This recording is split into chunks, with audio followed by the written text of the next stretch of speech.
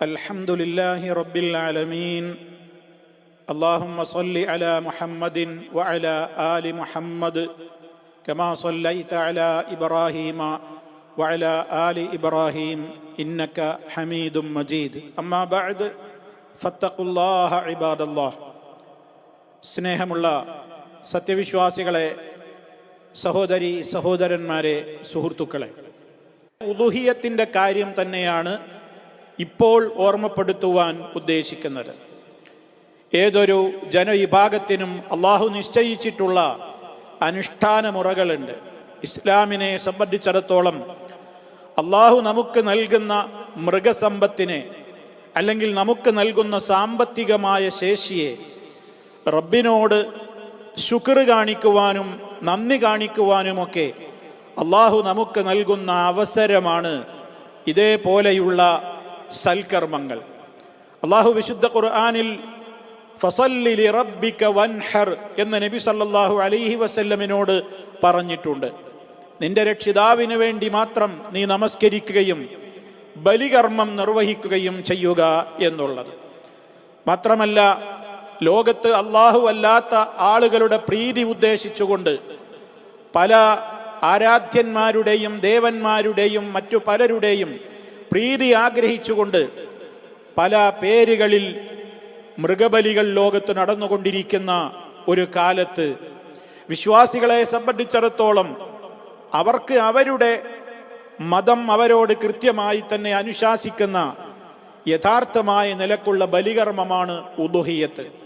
അള്ളാഹുവിൻ്റെ പ്രീതി മാത്രം മോഹിച്ചുകൊണ്ട് നാം ചെയ്യേണ്ടുന്ന മഹത്തായ ആ സൽക്കർമ്മം, അതിനെക്കുറിച്ച് ഇപ്പോഴേ നമ്മൾ ഒരു കൃത്യമായ നിയ്യത്തിലും അതുപോലെ തന്നെ ഉദ്ദേശവുമൊക്കെ ഉണ്ടായിക്കഴിഞ്ഞാൽ കാര്യങ്ങൾ വളരെ എളുപ്പമായി മാറും. ഇപ്പോൾ പല മഹല്ലുകളിലും പല സ്ഥലങ്ങളിലും കൂട്ടായ്മകൾ ഇത് കൂട്ടമായി തന്നെ നിർവഹിക്കുവാനുള്ള സംരംഭങ്ങൾ ജനങ്ങളെ അറിയിച്ചു കഴിഞ്ഞു. ഉലൂഹിയത്തിൻ്റെതായ പരസ്യങ്ങൾ വന്നു തുടങ്ങി. ആളുകൾ മൃഗങ്ങളെ, ഉരുക്കളെ വാങ്ങുവാനുള്ള ഏർപ്പാടുകൾ നടന്നുകൊണ്ടിരിക്കുന്ന കാരണം നേരത്തെ തന്നെ കുറച്ച് സമയം കിട്ടിയാൽ വിലയൊക്കെ കുറഞ്ഞു ലഭിക്കും, ആ അവസാന സമയമാകുമ്പോൾ വില വർദ്ധിക്കും എന്നൊക്കെയുള്ള പല കാരണങ്ങളാൽ പലയിടങ്ങളിലും ആളുകൾ ഇപ്പോൾ അവ വാങ്ങിക്കൊണ്ടിരിക്കുന്നതൊക്കെ സന്ദർഭമായതുകൊണ്ടാണ് ഇപ്പോൾ ഇത് ഓർമ്മപ്പെടുത്തുന്നത്. സഹോദരങ്ങളെ, ചില റിപ്പോർട്ടുകളിൽ നമുക്ക് കാണുവാൻ സാധിക്കുന്നത് പോലെ മൻ വജദ സഅതൻ ഫലം യുലഹി ഫലാ യഖ്റുബന്ന മുസല്ലാനാ, ചില റിപ്പോർട്ടുകളിൽ നമുക്കത് കാണാൻ സാധിക്കും.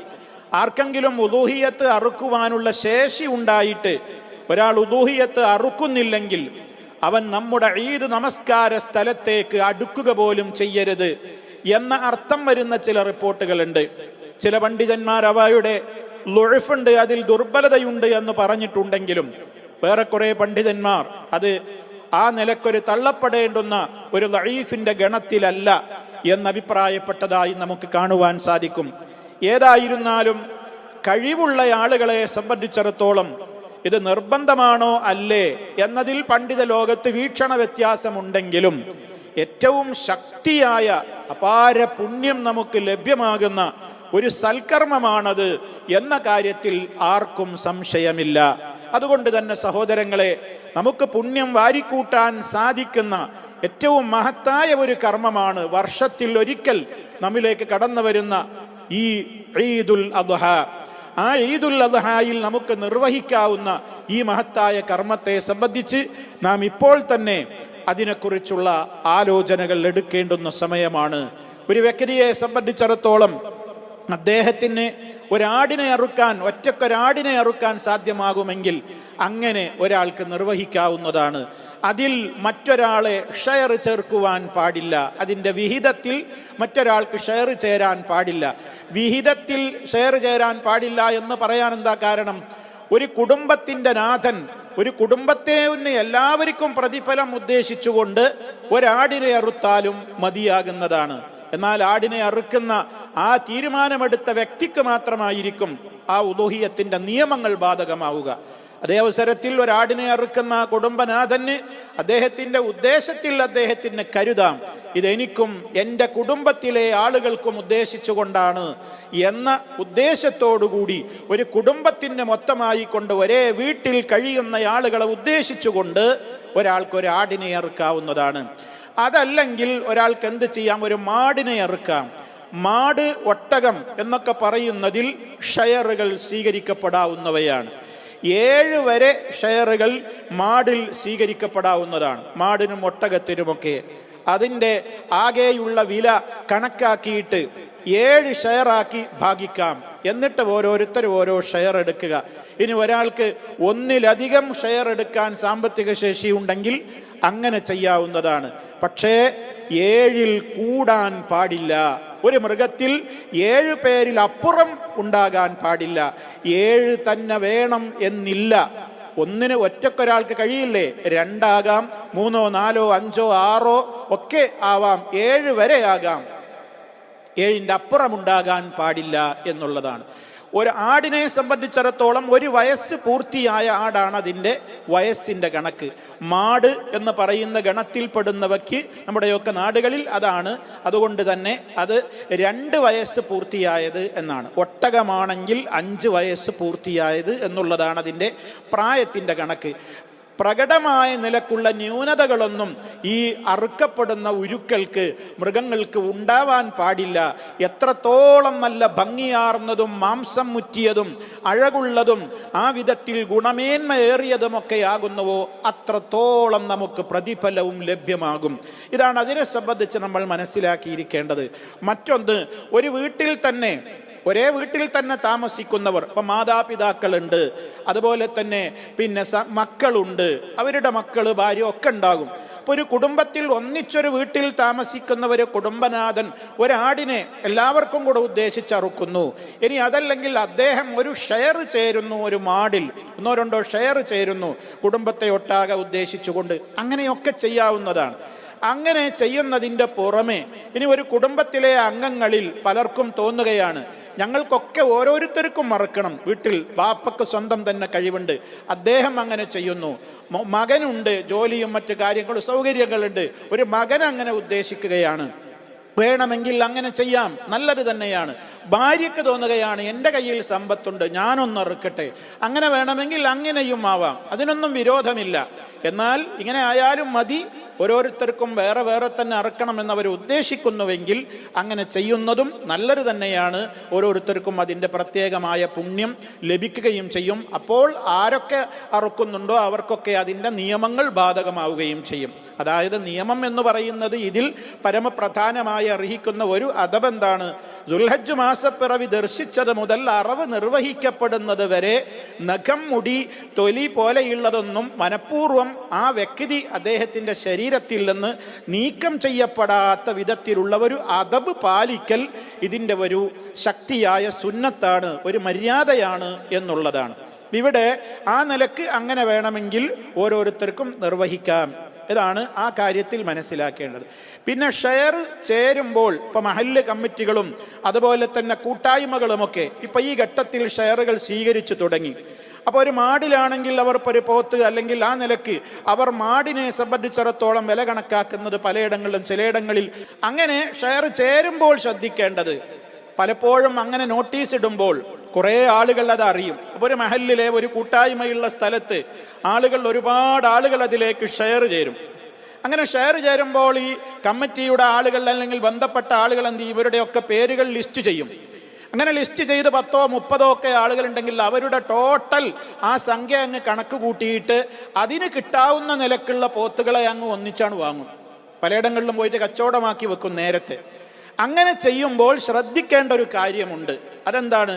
ഓരോ 7 ആളുകളുടെയും 7 ആളുകൾക്ക് വേണ്ടി ഒരു ഉരുവിനെ നമ്മൾ നിജപ്പെടുത്തണം. അത് ഇന്ന വ്യക്തികൾക്കൊക്കെയുള്ള ആളുകളാണെന്ന് ലിസ്റ്റ് ചെയ്യുകയാണ് നമ്മൾ വേണ്ടത്. എന്നിട്ട് ആ ആളുകളുടെ പേരിൽ ഇതാ ഇന്ന മൃഗം. കാരണം അപ്പോഴേ ആ വില കണക്കാക്കിയിട്ട് 7ൽ ഒരു വിഹിതം ആവുകയുള്ളൂ. അതല്ലാതെ നമ്മൾ ടോട്ടൽ എല്ലാവരെയും കൂടി എമൗണ്ട് കണക്ക് കൂട്ടിയാൽ ചിലപ്പോൾ ചില ഉരുക്കൾക്ക് വില കുറവായിരിക്കും. ഇപ്പം ചിലപ്പോൾ 56,000 രൂപ ഉണ്ടാകും, ചിലപ്പം 35,000 ഉണ്ടാകും, ചിലതിന് 40,000 രൂപയുണ്ടാകും. ഇങ്ങനെയൊക്കെ പല റേറ്റിലുള്ള ഉരുക്കളായിരിക്കും ഉണ്ടാവുക. അവയുടേതായ ആ ഗുണമേന്മക്കൊക്കെ അനുസരിച്ച് വ്യത്യാസങ്ങൾ വരും. നമുക്ക് ആലോചിച്ചാൽ തന്നെ അറിയാവുന്നതാണ്. അങ്ങനെ മൊത്തത്തിൽ അത് കച്ചവടം ചെയ്യപ്പെടുമ്പോൾ ഈ ഒരു പ്രശ്നം നമ്മൾ ശ്രദ്ധിക്കണം. ഓരോ 7 ആളുകൾക്കും ഇന്ന 7 ആളുകൾക്ക് ഇത് ഇന്ന ഉരു അങ്ങനെ നിജപ്പെടുത്തണം. എന്നിട്ട് അതിൻ്റെ ടോട്ടൽ വില എന്താണോ അതിന് കണക്കാക്കിയിട്ടുള്ള 7 ഷെയറാണ് എടുക്കേണ്ടത്. 7 വേണമെന്നില്ല. ഞാൻ നേരത്തെ പറഞ്ഞു 2, 3, 4, 7 വരെ ആകാനേ പാടുള്ളൂ. അപ്പുറം ആകാൻ പാടില്ല. ഈ 7 ഷെയർ കണക്ക് കൂട്ടുമ്പോൾ ഷെയർ ചേർന്നിട്ടുള്ള വ്യക്തി, അത് നമ്മൾ മനസ്സിലാക്കിയിരിക്കേണ്ടുന്ന ഒരു പ്രധാന കാര്യമാണ് പറയാൻ പോകുന്നത്. ഷെയർ ചേരുന്ന ഒരു വ്യക്തി അയാളടുത്ത് പറയണം, എൻ്റെ അടുത്ത് പിന്നെ ഇപ്പം ഷെയറിന് എത്ര 7,000 വിചാരിക്കുക. അയാൾ പറയാണ് എൻ്റെ അടുത്തൊരു 3,500 ഉള്ളൂ, ഞാൻ അതാണ് തരാം. ബാക്കിയുള്ള ഒരാളൊക്കെ കൂടി അങ്ങനെ 2 ആൾ കൂടിയിട്ട് ഒരു 3,500 എടുത്ത് ഒരു ഷെയറായി ചേരുക. അങ്ങനെ പറ്റില്ല. ഷെയർ ചേരുന്ന ഒരു വ്യക്തി അയാൾ നൽകുന്ന തുക മിനിമം ഈ മൃഗത്തിൻ്റെ വിലയുടെ 7 ഭാഗത്തിൽ കുറയാൻ പാടില്ല. ആണ് നമ്മൾ മനസ്സിലാക്കേണ്ടത്. 7 ഭാഗത്തിൽ അയാളുടെ ഷെയർ എന്ത് ചെയ്യരുത്, കുറയരുത്. അപ്പൊ നിശ്ചയിക്കപ്പെട്ട 7 എത്രയാണോ ആ 7 അദ്ദേഹം കൊടുത്തിരിക്കണം. അതാണ് നമ്മളതിൽ ശ്രദ്ധിക്കേണ്ടത്. ഒരാൾ അതിലും അപ്പുറം കൊടുക്കുകയാണ്, പക്ഷെ വേറൊരാൾ കൊടുക്കുന്നതോ അയാൾ അതിൽ കമ്മിയാണ് കൊടുക്കുന്നതെങ്കിലോ അത് ഉണ്ടാകാൻ പാടില്ല. ഒരാളെ സംബന്ധിച്ചിടത്തോളം അയാൾക്ക് 2, 3, 4 ഒക്കെ ഷെയർ എടുക്കാം. എന്നാൽ എടുക്കുന്ന ഷെയർ 7 വിലയിൽ കുറയരുത്. അത് നമ്മൾ ആ വിഷയത്തിൽ മനസ്സിലാക്കിയിരിക്കേണ്ടത്. അപ്പോൾ എത്ര ആളുകളാണെങ്കിൽ ആ ആളുകളുടെയൊക്കെ പേരിൽ ഇങ്ങനെ ഓരോരുത്തർക്ക് ഇന്ന ആൾ 7 ആൾക്ക് ഇങ്ങനെ വിഹിതം വെച്ചുകൊണ്ട് ആ 7 വിഹിതം ആയിട്ട് അങ്ങനെ കണക്കാക്കിക്കൊണ്ട് നമ്മൾ എന്ത് ചെയ്യണം, ഉരുക്കളെ തരംതിരിക്കണം. അപ്പോഴേ നമുക്കതിൻ്റെ ആ കൃത്യമായ നിലക്ക്, ഇസ്ലാമികമായ നിലക്ക് ആ ഷെയർ ചേരുന്നതിൻ്റെ നിയമം പാലിക്കപ്പെട്ടതായി തീരുകയുള്ളൂ എന്നുള്ളത് സാന്ദർഭികമായി ഓർമ്മപ്പെടുത്തുകയാണ്. അതേപോലെ തന്നെ ചില ആളുകൾ ചോദിക്കാറുണ്ട്, ഈ കാലഘട്ടത്തിൽ ഇപ്പോൾ എന്താണ് ഇഷ്ടം പോലെ ആളുകൾക്ക് ഇറച്ചിയും അങ്ങനത്തെ മാംസത്തിനൊന്നും അങ്ങനെ ഒരു വിഷയമൊന്നുമല്ല, നമ്മൾ ഈ പൈസ കൊണ്ട് നമുക്ക് എന്തെല്ലാം ചെയ്യാനുണ്ട് എന്നൊക്കെ ആളുകൾ പറയാറുണ്ട്. വാസ്തവത്തിൽ നമ്മൾ ഓരോ ഇബാദത്തുകൾക്കും അതിൻ്റെതായ മഹത്വമുണ്ട്. ഇതൊരു ഇബാദത്താണ്. ഇത് ഇസ്ലാമിൻ്റെ ഒരു ശിആറാണ്, ഒരു മതചിഹ്നമാണ് സഹോദരങ്ങളെ. അതുകൊണ്ടല്ലേ അതിനൊരു പ്രത്യേക കാലവും അതിന് പ്രത്യേക മര്യാദകളൊക്കെ നിശ്ചയിച്ചിട്ടുള്ളത്. എല്ലാ വർഷത്തിൽ എപ്പോഴും ഇത് ചെയ്യാൻ പറ്റൂലല്ലോ. ഇതൊരു ഇബാദത്തായതുകൊണ്ടാണ്. ഇത് ബലിപെരുന്നാളിൻ്റെ ദിനം നിസ്കാരം കഴിഞ്ഞതിൻ്റെ ശേഷം ഇതിൻ്റെ സമയം തുടങ്ങുന്നു. പിന്നെ 11, 12, 13 ഇങ്ങനെ 10 അടക്കം 10, 11, 12, 13 ഇങ്ങനെ 4 ദിവസങ്ങളിൽ നിശ്ചിതമായ ആ നിലക്കുള്ള സമയങ്ങളിലാണ് അത് നിർവഹിക്കപ്പെടേണ്ടത് എന്നൊക്കെ നിയമം വെച്ചത് എന്തുകൊണ്ടാണ്? ഇത്ര പ്രായപരിധി നിശ്ചയിച്ചു, അതിൻ്റെ ഓരോ അദബുകളും നിശ്ചയിച്ചത്. ഇതൊരു ശിആറാണ്, ഇതൊരു മതചിഹ്നമാണ്, അള്ളാഹുവിൻ്റെ ഒരു മതചിഹ്നമാണിത്. അപ്പം അതുകൊണ്ട് അത് നിലനിൽക്കണം. അത് ഒഴിവാക്കിയിട്ട് മറ്റുള്ളവർ ചെയ്തൂടെ? അങ്ങനെയാണ് ഈ ലോകത്ത് പലരും ചോദിക്കുന്നുണ്ട്, ഹജ്ജിനൊക്കെ എത്ര ചെലവാക്കി എന്തിനാ പോണ്, നമുക്കത് പാവങ്ങൾക്ക് സഹായിച്ചു കൊടുത്തൂടെ എന്നുള്ളത്. പാവങ്ങളെ സഹായിക്കൽ വേണം, മതചിഹ്നങ്ങളായി നിലനിൽക്കുകയും വേണം. അതാണ് അതിൻ്റെ പൊതു നിയമം. ഒന്നൊഴിവാക്കിയിട്ട് ഒന്ന് തുടങ്ങുക എന്നുള്ളതായിരിക്കരുത്. എല്ലാം നിലനിൽക്കണം. രണ്ടിനും കഴിയുന്നവർ രണ്ടും ചെയ്യട്ടെ. ഇനി അതേ അവസരത്തിൽ ഇതിൽ നമ്മൾ മനസ്സിലാക്കേണ്ടുന്ന വേറെ ചില കാര്യങ്ങൾ. ഒരു വ്യക്തിപരമായിട്ട് അയാൾക്കൊരു പ്രശ്നം വരികയാണ്. അതെന്താ? അയാൾക്കൊരു അയൽവാസിയുണ്ട്, അല്ലെങ്കിൽ അയാളെ സംബന്ധിച്ചിടത്തോളം അയാൾക്ക് വളരെ അത്യാവശ്യമായി ചെലവഴിക്കേണ്ടുന്നൊരു ബന്ധുവോ മറ്റോ ആരെങ്കിലും ഉണ്ട്. അയാൾ വളരെ പ്രയാസത്തിലാണ്, വീട് പോലുമില്ല, അല്ലെങ്കിൽ ശാരീരികമായ അസുഖമാണ്, ചികിത്സക്ക് ഫണ്ടില്ല. അയാൾ വളരെ പ്രയാസം അനുഭവിക്കുന്ന ഒരു കുടുംബക്കാരൻ, ബന്ധപ്പെട്ട ഒരാൾ, അല്ലെങ്കിൽ ഒരു അയൽവാസി. ആ അയൽവാസിക്ക് ഇദ്ദേഹത്തിന് രണ്ടിനും കൂടെ കൊടുക്കാനുള്ള കാശില്ല. ഉലൂഹിയത്തിൻ്റെ അറിവ് അദ്ദേഹം നടത്തിക്കഴിഞ്ഞാൽ ഈ വ്യക്തിയെ സഹായിക്കാൻ ഇദ്ദേഹത്തിൻ്റെ അടുത്ത് ഫണ്ടൊന്നുമില്ല. എന്നാൽ ഇത് കൊടുത്താലോ ഇദ്ദേഹത്തിൻ്റെ കാര്യം നടക്കുകയും ചെയ്യും എന്നുണ്ടെങ്കിൽ അത്തരം സാഹചര്യങ്ങളിൽ അത്തരം വ്യക്തികൾ എന്താണ് ചെയ്യേണ്ടത്? ആ വ്യക്തികളെ സംബന്ധിച്ചിടത്തോളം നിയമമാണ് പറയുന്നത്, അവർ അപ്പോൾ ഉലൂഹിയത്ത് ഒഴിവാക്കിയിട്ട് ഇദ്ദേഹത്തിൻ്റെ ഏറ്റവും അനിവാര്യമായ ആ കാര്യത്തിന് വേണ്ടി സഹായിക്കുകയാണ് ഏറ്റവും ഉത്തമം എന്നുള്ളതാണ് ആ വിഷയത്തിൽ നമ്മൾ മനസ്സിലാക്കിയിരിക്കേണ്ടത്. അതൊരു പൊതുവായ കേസാക്കി എടുത്തിട്ട് മൊത്തം ഇപ്പോൾ ഒരു പ്രശ്നമുള്ള കാലല്ലേ, അതുകൊണ്ട് ബലിയെറുക്കലൊക്കെ നമുക്ക് ഒഴിവാക്കിയിട്ട് ആ ഫണ്ട് മൊത്തം ഏതെങ്കിലും ഒരു പൊതുവായ റിലീഫിലേക്ക് നീക്കാം എന്ന ചിന്ത വരരുത്. അതിനാണ് ഇത് ഓർമ്മപ്പെടുത്തിയത്. ചില പ്രത്യേക കേസുകളിൽ ഇങ്ങനെ സംഭവിക്കുന്ന ആരെങ്കിലും ഉണ്ടെങ്കിൽ അവരെ സംബന്ധിച്ചിടത്തോളം അനിവാര്യമാണത്. രണ്ടും കൂടെ ചെയ്യാൻ അവർക്ക് കഴിയില്ല. ഒന്ന് ചെയ്യൽ നിർബന്ധമായൊരു സാഹചര്യത്തിലാണ് നിൽക്കുന്നത്. ഇത് ചെയ്താൽ അതൊട്ട് നടക്കൂല എങ്കിൽ അയാൾ ആ ഉലൂഹിയത്തിൻ്റെ ഒഴിവാക്കിയിട്ട്, കാരണം അതൊരു നിർബന്ധമല്ലല്ലോ, അദ്ദേഹത്തിന് ഏറ്റവും നിർബന്ധമായത് ഇതാണല്ലോ എന്ന നിലക്ക് അതിന് മുൻഗണന കൊടുക്കുകയാണ് വേണ്ടത്. അതാണ് അഫ്ളൽ എന്നൊക്കെ ആ വിഷയത്തിൽ പണ്ഡിതന്മാർ പറഞ്ഞതായി നമുക്ക് കാണുവാൻ സാധിക്കും. ഏതായാലും സഹോദരങ്ങളെ, ആ കാര്യത്തെ സംബന്ധിച്ചിടത്തോളം നമ്മൾ അപ്രകാരമാണ് മനസ്സിലാക്കിയിരിക്കേണ്ടത് എന്ന് പ്രത്യേകം ഓർമ്മപ്പെടുത്തുകയാണ്. അതേപോലെ തന്നെ ചില ആളുകൾ ചോദിക്കാറുണ്ട്, ഇപ്പോൾ മാതാപിതാക്കൾ മക്കളും ഒക്കെ ഒരുമിച്ചൊരു വീട്ടിലുണ്ട്. അപ്പോൾ ബാപ്പൻ്റെ അടുക്കൽ ഒരു ഷെയറിനുള്ള കാശ് തികയൂല, മകൻ കൊടുക്കുകയാണ്. എന്നാൽ പിന്നെ അങ്ങനെ ചെയ്തൂടെ? ചെയ്യാം. പക്ഷെ അതുകൊണ്ട് മകൻ ബലിയെറുത്ത കൂലി മകന് കിട്ടുന്നില്ല. ബാപ്പയ്ക്കാണ് ആ ബലിയെറുത്ത കൂലിയും അതുപോലെ തന്നെ അതിൻ്റെ നിയമങ്ങളും ബാധകമാകുന്നത്.